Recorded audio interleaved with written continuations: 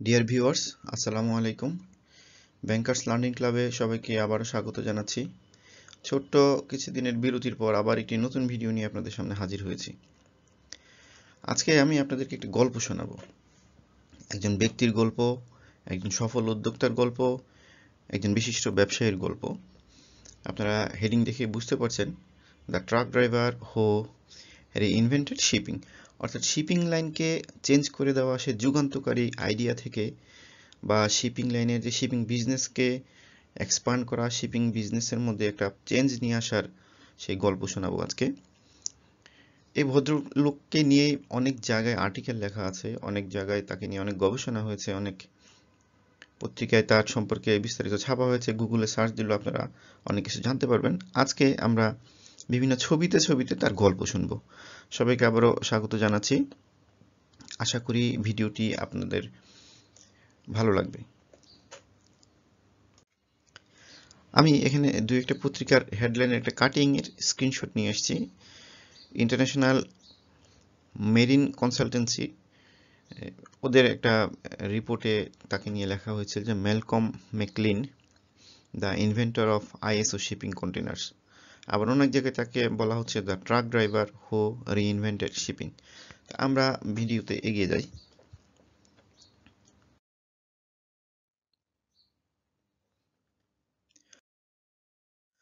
Basically আমরা আজকে এই ভদ্রলোকের গল্প শুনবো।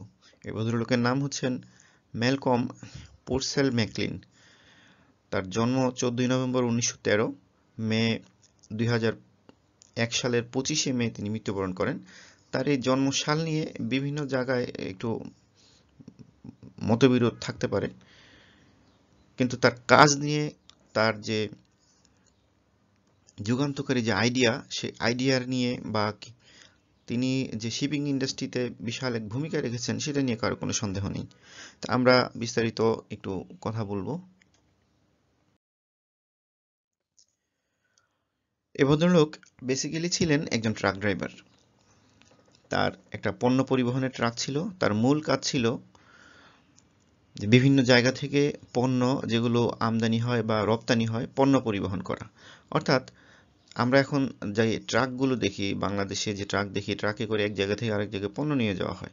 তো তার কাজ ছিল বিভিন্ন ব্যবসায়ীদের পণ্য, যেগুলো উদাহরণস্বরূপ যে এক্সপোর্ট হবে, সে পণ্যটা তার সে ব্যবসায়ীদের তার বিজনেস বা ফ্যাক্টরি থেকে পোর্টে নিয়ে যাওয়া, পোর্টে পণ্যটা জাহাজে লোড করে দেওয়া, এবং লোড করা শেষে আবার ফিরে আসা, কিংবা ওই পোর্টেরই অন্য আরেকটি পণ্য যেটা ইম্পোর্টের মাধ্যমে দেশে এসছে, সেটাকে নিয়ে আবার গন্তব্যে পৌঁছে দেওয়া। এই কাজ করতে গিয়ে তিনি ধীরে ধীরে একজন সফল উদ্যোক্তা হয়ে যান। তার অনেকগুলো ট্রাক কেনা হয়। এগুলো নিয়ে আপনি কিন্তু বিস্তারিত অনেক জায়গায় পাবেন, গুগলে পাবেন। আমি খুব সংক্ষেপে বলছি। একসময় তিনি বিভিন্ন ধার করে বা লোন করে ব্যাংক থেকে বা ফাইন্যান্সিয়াল ইনস্টিটিউট থেকে লোন করে অনেকগুলো ট্রাকের মালিক হয়ে যান, এবং তার সেই ব্যবসা এক্সপান্ড করতে থাকেন। তার মধ্যে এই কাজ করতে গিয়ে মাঝে মাঝে কিছু বিষয় তিনি নজরে আসেন। সেটা হচ্ছে, তার দূর দূরান্ত থেকে এই যে ট্রাকটা পণ্য নিয়ে পোর্টে আসছে, পোর্টে এসে তার পণ্য ট্রাক থেকে আনলোড করা হচ্ছে, আনলোড করে সেই পণ্য আবার পোর্টে অবস্থিত যে জাহাজে লোড করা হচ্ছে। এই যে বারবার লোড আনলোড, এতে কিন্তু অনেক সময় নষ্ট হয়। এবং আপনারা জানেন যে আগে যে পণ্য পরিবহন করা হতো, প্যালেটাইল কিছু ইউজ করা হতো। প্যালেটাইল হতে কাঠের গুঁড়ি, পাটাতন টাইপের, যেটার উপর বা যেটা দিয়ে প্যাক করা হতো, প্যালেটাইল প্যাক করা হতো। এই প্যাকেটগুলো খুলে ফেলতে হতো, খুলে আবার নতুন করে প্যাক করতে হতো। সময় নষ্ট, অনেক বেশি শ্রম দিতে হতো। তারপর জিনিসপত্র নষ্ট হয়ে যাওয়ার সম্ভাবনা থাকতো। তার মাথায় একটা চিন্তা বা একটা আইডিয়া আসে যে এটাকে সহজ করা যায় কিভাবে। তিনি প্রথম চিন্তা করেন যে যে পণ্যগুলো আমি ট্রাক থেকে আনলোড করে একটা পোর্টে যে জাহাজে লোড করতে যাচ্ছি, সে পণ্যগুলো বারবার খুলতে হচ্ছে, বক্স খুলতে হচ্ছে, আনবক্স করতে হচ্ছে। সেটা না করে একটা ফিক্সড কোনো বক্সের ব্যবস্থা করা যায় কিনা, যেখানে পণ্যগুলো থাকবে, আমি শুধু বক্সটা মুভ করব। সেক্ষেত্রে বক্সটা খালি করব, সেই খালি বক্সে আবার পণ্য নিয়ে আসবো, যেটাকে আমরা বর্তমান যে কন্টেইনার শিপমেন্ট যেটাকে আমরা দেখি, ঠিক এই আইডিয়াটা তার মাথায় আসে।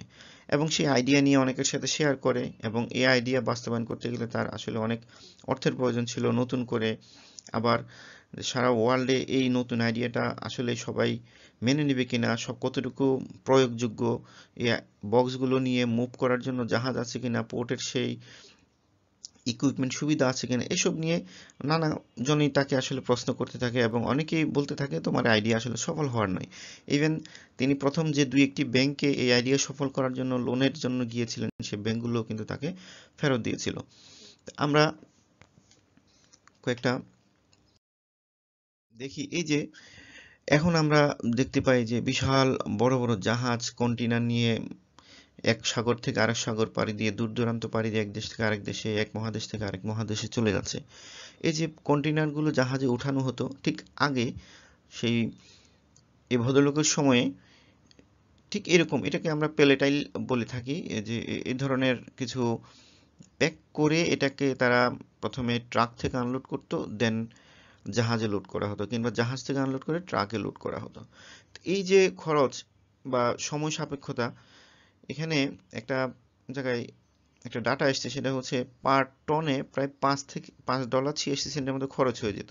কারণ এখানে হিউম্যান ইন্টারভেনশন ছিল, মানুষ মাথায় করে একটা পণ্য নামাতো আবার উঠাতো, অনেক খরচ চলে আসতো। ঠিক তার বিপরীতে আপনি যখন একটা কন্টেনারের মাধ্যমে পণ্য ওঠানামা করান, সেটার খরচ পড়ে যায় 16 সেন্টে।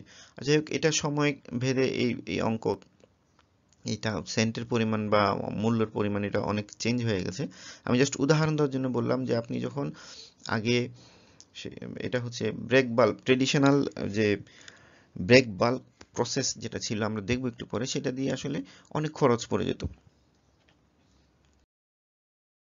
এই যে আমি কিছু ছবি নিয়ে এসেছি, সেই এগুলো ইন্টারনেট থেকে কালেক্ট করা। এই যে দেখেন, এর একটা জাহাজ, এই জাহাজে ঠিক এই ধরনের কিছু traditional break bulk process, loading unloading ঠিক এভাবেই লোড করা হতো। এখানে কিছু কপিকল টাইপের ছিল, এখানে হিউম্যান ইন্টারভেনশন। দেখেন এই জিনিসটা ছিঁড়ে পড়ে যাওয়ার সম্ভাবনা, ওঠানোর সময় নষ্ট হওয়ার সম্ভাবনা থাকে, বা এখানে অনেকগুলো লোকের কাজ করতে হতো, অনেক সময় নষ্ট হতো, এবং এটার ইন্স্যুরেন্সের খরচও বেড়ে যেত, কারণ যে কোনো সময় নষ্ট হয়ে যেতে পারতো। আমি কিছু ছবি নিয়ে এসেছি আপনাদের জন্য, যে এখানে দেখেন ওরা নিজের হাতে করে এগুলোকে একটা জাহাজে লোড করছে। আপনারা দেখলেই বুঝতে পারছেন যে আসলে কতটা রিস্ক নিয়ে আগে এক সময় এই ধরনের পণ্য লোড আনলোডের কাজ হতো।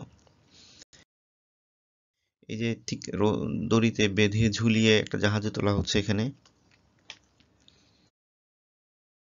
আবার এখানে একটু অত্যাধুনিক একটা ব্যবস্থা দেখা যাচ্ছে, কিন্তু তারপরও দেখেন এখানে হিউম্যান ইন্টারভেনশন আছে, যেখানে রশিতে ঝুলিয়ে, কপিকলে ঝুলিয়ে, আমরা যেটাকে ক্রেন বলি এখন, সেই ক্রেনের মধ্যে ঝুলিয়ে পণ্য উঠানো হচ্ছে। এখানে দেখেন অনেকগুলো তেলের ড্রাম বা অন্য কোনো পানীয় এখানে থাকতে পারে, কোনো জুস থাকতে পারে। এই যে পিপে, এগুলোকে পিপে বা ড্রাম বলা হতো এক সময়, হাতে ধরে উঠানো হচ্ছে। তো এগুলো উঠানোর সময় পড়ে যেতে পারে, নষ্ট হয়ে যেতে পারে, অনেক সমস্যা কিন্তু উনি ফেস করতেন। এই যে এখানেও আমরা দেখতে পাচ্ছি কিছু বড় বড় ক্রেন দেখা যাচ্ছে, কিন্তু ঠিকই কন্টেইনারের কোনো সিস্টেম ছিল না। এই যে বসে বিশ্রাম নিচ্ছে একজন লেবার, তারপরে এখানে এই যে বস্তার পর বস্তা জমিয়ে রাখা হয়েছে। যে এখানেও একটা পোর্টের ছবি আমি নিয়ে এসেছি, দেখেন এখানে সবাই হাতে কাজ করছে। তো এই জিনিসগুলো দেখে ওনার মাথায় কাজ করলো যে আসলে এটার একটা বিকল্প ব্যবস্থা করা যায় কিনা। তার মাথায় একটা আইডিয়া আসলো, এবং সে আইডিয়াটা উনি একটা সাক্ষাৎকারে বলেছিলেন, would it not be great if my trailer could simply be lifted up and placed on the ship without its contents being touched? অর্থাৎ আপনি যে পণ্যটা পরিবহন করতে চাচ্ছেন, সেটা কি আমি সিম্পলি কোনো একটা বক্সের মাধ্যমে বা কোনো একটা ট্রেলের মাধ্যমে আমি যদি এমনভাবে এটাকে তুলে আনতে পারি জাহাজের মধ্যে, বা জাহাজ থেকে নামাতে পারি, যেখানে ওই যে পণ্যটা আমদানি বা রপ্তানি করা হচ্ছে, পাঠানো হচ্ছে, সেই পণ্যটাকে সরাসরি হাত দিয়ে ধরার প্রয়োজন পড়বে না। তো এই থেকে তার মাথায় একটা আইডিয়া আসলো, সেই আইডিয়াটা উনি বাস্তবায়ন করার চেষ্টা করলেন। এবং প্রথম তিনি যে কন্টেইনারটা, আসলে যে ধরনের একটা কন্টেইনার তৈরি করার চেষ্টা করলেন, সেটা হচ্ছে এই টাইপের অনেকটা, যেটা উনি ওনার মাথায় আনলেন যে একটা বক্স টাইপের করা হবে। সে বক্সের মধ্যেই পণ্যগুলো প্রথমে ঢুকিয়ে দেওয়া হবে, এরপর বক্সটাকে সরাসরি ক্রেনের মাধ্যমে জাহাজে তোলা হবে। দেন যে শিপমেন্ট হওয়ার পর যে গন্তব্যে, সে বক্সটিকে খুলে তার পণ্যগুলোকে বক্স থেকে বের করা হবে এবং সেই যে জায়গায় বক্সটা বা কন্টেইনারটা পাঠানো হয়েছে সেখান থেকে আবার নতুন করে পণ্য নিয়ে এসে চলে আসবে। এবং সে এভাবে প্রথম কাজ শুরু করার পর সে দেখা গেল ধীরে ধীরে এটা জনপ্রিয় হওয়া শুরু করলো এবং এই আইডিয়াটা সবার কাছে এতটাই জনপ্রিয় হলো আজকে আপনারা দেখতে পাচ্ছেন যে আসলে কন্টেইনার ছাড়া শিপমেন্ট কল্পনাই করা যায় না। যেগুলো বাল্ক আছে কিংবা আমরা তেল বা বড় পানীয় বা চিনি সুগার এগুলো আবার অন্যভাবে শিপমেন্ট হয়, সেটা নিয়ে আমরা অন্য এক সময় কথা বলবো। আমরা কন্টেইনার শিপমেন্ট নিয়ে কথা বলছি।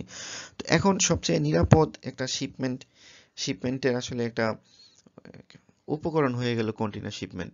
সবকিছু নিরাপদে থাকছে এবং এটা নিয়ে কোনো চিন্তা করার সুযোগ নেই, প্রয়োজন নেই।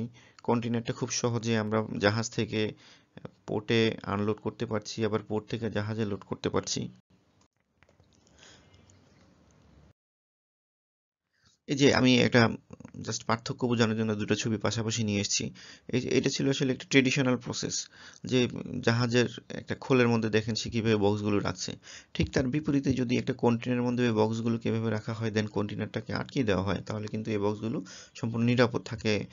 বৃষ্টি, পানি, ঝড়, তুফান কিংবা অন্য কোনো কারণে বক্সগুলো নষ্ট হওয়ার যে সম্ভাবনা থাকে সেটা কিন্তু দূর হয়ে যায়।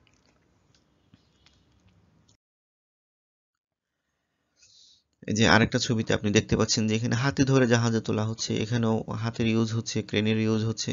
কিন্তু ঠিক তার বিপরীতে দেখেন এই পণ্যগুলো যদি ঠিক এভাবে একটা কন্টেনারে করে একটা জাহাজে ওঠানো হয়, তাহলে কিন্তু পণ্যগুলো সুরক্ষিত থাকে।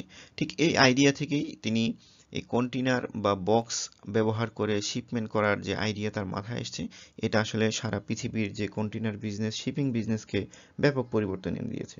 এবং সেই পরিবর্তনটা কি আমরা একটু সংক্ষেপে বলি, সেটা হচ্ছে আপনি দেখতে পারেন যে শিপিং ইন্ডাস্ট্রিতে নতুন করে কন্টেইনার তৈরির জন্য একটা কন্টেইনার ইন্ডাস্ট্রি তৈরি হয়ে গেল। সারা ওয়ার্ল্ডে এখন লক্ষ লক্ষ কন্টেইনার তৈরি করা হচ্ছে, মানে কন্টেইনার তৈরির একটা ইন্ডাস্ট্রি তৈরি হলো। তারপর আপনার এই যে কন্টেইনারগুলো আগে প্যালেটাইল কন্টেইনার বা প্যালেটাইল বক্স নিয়ে শিপমেন্ট করা হতো, জাহাজগুলো ঠিক ওইভাবে তৈরি করা ছিল। এখন যখন কন্টেইনার জনপ্রিয় হয়ে গেল এবং দেখা গেল কন্টেইনার সবচেয়ে সাশ্রয়ী এবং নিরাপদ, এখন কন্টেইনার পরিবহন করার জন্য এখন জাহাজ শিল্পের মধ্যেও ব্যাপক পরিবর্তন চলে আসলো। সেটা হচ্ছে কন্টেইনারবাহী জাহাজ তৈরি হওয়া শুরু হলো। তারপর কন্টেইনার পরিবহনের জন্য ট্রেন, লরি, এয়ার কার্গো তৈরি হওয়া শুরু হলো, নতুন ইন্ডাস্ট্রি এক্সপান্ড করলো। এরপর আপনারা জানেন ইন্টারন্যাশনাল বিজনেসে আমরা ইনকোটামের ইউজ করি। একসময় দেখা গেল যে প্রচুর কন্টেইনার পরিবহন হচ্ছে এবং ইনকোটার্মে এই যে কন্টেইনার পরিবহনের সাথে সংশ্লিষ্ট কোনো টার্ম ছিল না। 1980 সালে সেই কন্টেইনার পরিবহনকে সামনে রেখে ইনকোটার্মের চেঞ্জ আসলো। তারপর এই যে কন্টেইনারগুলো জাহাজে করে আসছে, পোর্টে আসছে, পোর্টেরও ওই ধরনের যে ফেসিলিটি, সেই ফেসিলিটি তৈরি হওয়া শুরু করলো, পোর্ট এক্সপান্স করলো, পোর্টে ইনভেস্ট বাড়লো, হেভি হেভি ইকুইপমেন্ট আসলো, যে ইকুইপমেন্টের সাহায্যে সহজে পণ্যগুলো জাহাজ থেকে উঠানো হচ্ছে বা নামানো হচ্ছে। তারপর এই যে কন্টেইনারগুলো যা রাখার জন্য, সুরক্ষিত রাখার জন্য ডিপো তৈরি করা হলো, বিভিন্ন সরকারি বেসরকারি উদ্যোক্তারা কন্টেইনার ডিপো তৈরি করা শুরু করলেন। তো এই ধরনের দেখা গেল ব্যাপক ইনভেস্ট শুরু হয়ে গেল শুধুই কন্টেইনারকে কেন্দ্র করে। এই যে বিলিয়ন বিলিয়ন ডলার ইনভেস্টমেন্ট বাড়লো, ব্যবসা বাড়লো, বিকজ অফ এই যে একটা idea of A truck driver. So এই ট্রাক ড্রাইভারকে আসলে আমরা এখনো সবাই খুব শ্রদ্ধার সাথেই স্মরণ করি। এই যে দেখেন এখন যখন কন্টেইনার শিপমেন্ট শুরু হলো, ইনফ্রাস্ট্রাকচারাল যে ফেসিলিটি তৈরি করা হলো, হেভি ইকুইপমেন্ট চলে আসলো বিভিন্ন পোর্টগুলোতে, এটা একটা বড় ইনভেস্টমেন্ট। এই যে এই ইকুইপমেন্টগুলোর সাহায্যে কন্টেইনারকে এক জায়গা থেকে আরেক জায়গায় মুভ করা হচ্ছে, তারপর কন্টেইনারকে জাহাজে তোলা হচ্ছে। যে বিশাল বড় বড় জাহাজ ইন্ডাস্ট্রিতে, জাহাজের তৈরির যে কারখানা ইন্ডাস্ট্রিতে বড় বড় জাহাজ তৈরির কাজ শুরু হয়ে গেল। তারপর এই যে একটা হেভি ইকুইপমেন্ট, এই ইকুইপমেন্টগুলোকে দিয়ে কন্টেইনারকে সোজা একটার উপর আরেকটা, এখানে দেখেন আপনি জায়গাও কম লাগছে, এখানে অল্প একটু জায়গায় অনেকগুলো কন্টেইনার একটার উপর একটা রাখা হচ্ছে এবং এই মেশিনগুলোর সাহায্যে কন্টেইনারগুলোকে উপরে তোলা হয়। তারপর এই দেখেন যে ইনফ্রাস্ট্রাকচার যে ফেসিলিটি ডেভেলপ করলো সেটা নিয়ে আমরা কথা বলেছি, যে হেভি ইকুইপমেন্ট তৈরি হলো, এগুলো একটা বিজনেসকে এক্সপান্ড করলো, আপনি ইকোনমি রোল করা শুরু করলো, নতুন এমপ্লয়মেন্ট হলো, ইন্ডাস্ট্রি তৈরি হলো, নতুন ইন্ডাস্ট্রি এক্সপান্ড করলো। যে এই মেশিনগুলো দিয়ে বেসিক্যালি ক্রেনগুলোকে দিয়ে আপনার জাহাজ থেকে কন্টেনার নামানো হয়, আবার জাহাজে তোলা হয়। তারপর আমি যেটা বলেছিলাম কন্টেনার ডিপো তৈরির ইনভেস্ট শুরু হলো, সরকারি খাতে বেসরকারি উদ্যোক্তারা বিভিন্ন জায়গাতে কন্টেনার ডিপো স্থাপন করলেন, যেখানে কন্টেনারগুলো জাহাজ থেকে নামার পর রাখা হয়, তারপর ধীরে ধীরে এক্সপোর্টার ইম্পোর্টাররা যে যার প্রয়োজন মতো কন্টেনারগুলোকে নিয়ে যাচ্ছে, তার পণ্যগুলোকে রিলিজ করে নিয়ে যাচ্ছে। এই যে বিশাল বড় বড় জাহাজ তৈরি হলো কন্টেনার পরিবহনের জন্য। তারপরে যে পোর্টের যে বিভিন্ন পোর্টে যেখানে আগে পণ্য ওঠানামা করা হতো, সেখানে একসময় আমরা যে ট্রেডিশনাল যে সিস্টেম সেখান থেকে তারা বেরিয়ে এসে আধুনিক সিস্টেমে তারা চলে গেল। এই যে হেভি ইকুইপমেন্টগুলো, তার পোর্টের যে ডেভেলপমেন্ট, কন্টেনার মুভমেন্ট করার জন্য হেভি ইকুইপমেন্টগুলো পোর্টগুলোকে সাজাতে হলো, সেখানেও বড় ইনভেস্ট শুরু হয়ে গেল। তারপর এই কন্টেনার পরিবহন করার জন্য শুরু হলো যে বিভিন্ন কেরিয়ারের তৈরি। আপনি জাহাজ, বিভিন্ন রকম জাহাজ আমরা ছবি দেখিয়েছি, ট্রেন, লরি, এয়ারে কন্টেনার পরিবহন শুরু হয়ে গেল, যার কারণে ওই খাতেও বিশাল বিশাল ইনভেস্ট শুরু হলো। এই যে আপনারা জানেন যে কন্টেনার নিয়ে জাহাজ, অনেক বড় বড় জাহাজ শত শত কন্টেনার নিয়ে কিন্তু মাইলের পর মাইল, হাজার হাজার মাইল পাড়ি দিয়ে পণ্য পরিবহন করছে, এবং এক জাহাজে থরে থরে থরে থরে শত শত কন্টেনার সাজিয়ে আপনার জায়গারও যেমন সংকুলন হচ্ছে, তেমনি একসাথে অনেক পণ্য নিয়ে আসা যাওয়া করা যাচ্ছে। এবং এই পণ্যগুলো কন্টেনারে থাকার কারণে নষ্ট হওয়ার, পড়ে যাওয়ার অনেক রকম রিস্ক থেকে কিন্তু মুক্তি পেল এই ব্যবসায়ীরা। এই যে ট্রেনে করে খুব সহজে দেশের এক প্রান্ত থেকে এক প্রান্তে খুবই সাশ্রয়ে পণ্য পরিবহন করা যাচ্ছে, because of idea of A truck driver.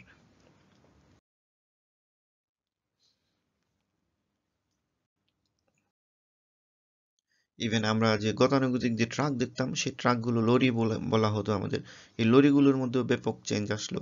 Container পরিবহনের জন্য প্রয়োজনীয় ইনফ্রাস্ট্রাকচার বা অবকাঠামো তৈরি করে অনেক বিশাল বড় বড় লরি তৈরি করা হলো। এই যে নতুন ট্রাকের ইনভেস্টমেন্ট, এই যে খাত, নতুন একটা ইন্ডাস্ট্রি তৈরি হলো, এটাও কিন্তু because of A truck driver.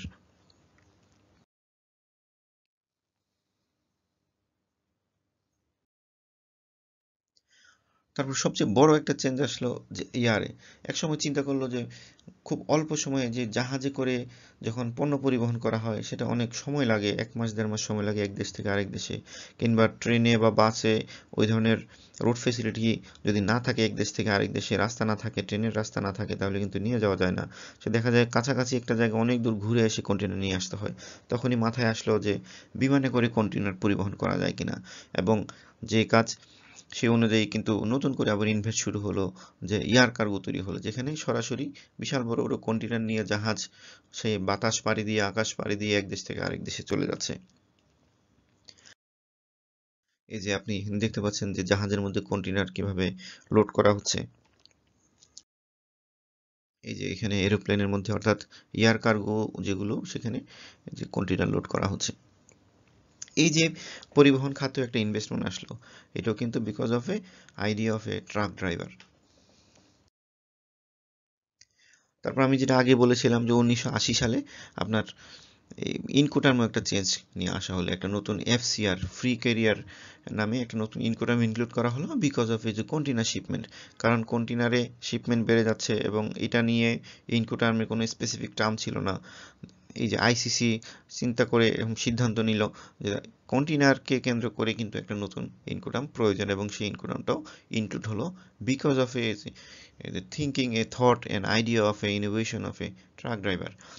এখন এই যে কন্টেনারে আসা নেওয়ার কারণে কিন্তু অনেক পণ্য কিন্তু নষ্ট হয়ে যাওয়ার প্রবণতা অনেক কমে গেল, যার কারণে কিন্তু lower insurance rate for their cargo, অর্থাৎ ইন্স্যুরেন্সের খরচও কিন্তু কমে গেল। কিন্তু এই যে ওনার এই ইনভেনশন বা এই যে নতুন একটা চেঞ্জ, হিউজ একটা চেঞ্জ শিপিং ইন্ডাস্ট্রিতে, এটা কিন্তু খুব সহজ ছিল না।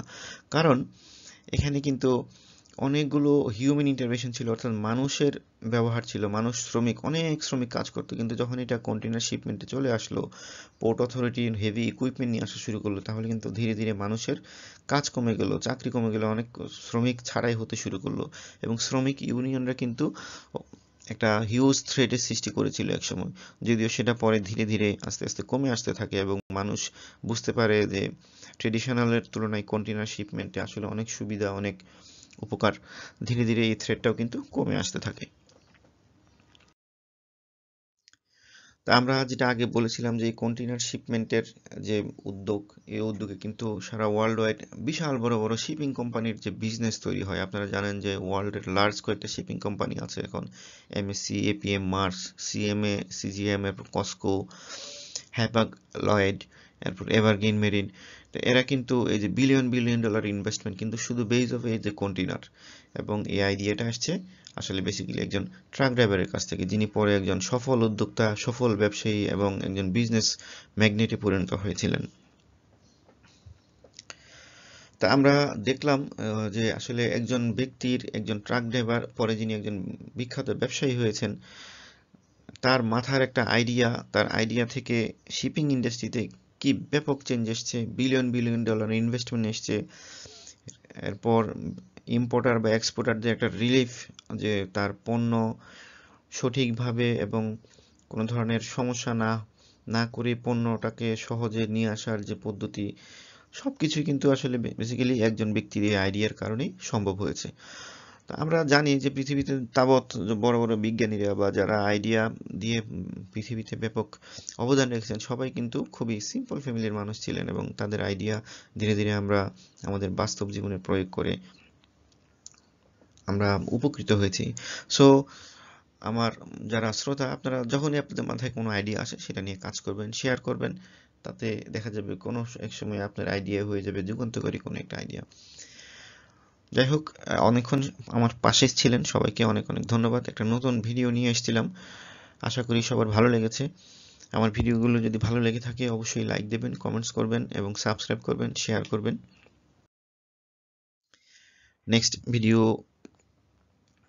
শীঘ্রই নেক্সট ভিডিও নিয়ে আসবো এবং আমরা ফরেন ট্রেড, জেনারেল ব্যাংকিং এবং ব্যাংকিং রিলেটেড বিভিন্ন ইস্যু নিয়ে আমরা কথা বলে থাকি। নেক্সট ভিডিও দেখার আমন্ত্রণ জানিয়ে এখানে শেষ করছি। সবাইকে অনেক অনেক ধন্যবাদ। আসসালামু আলাইকুম।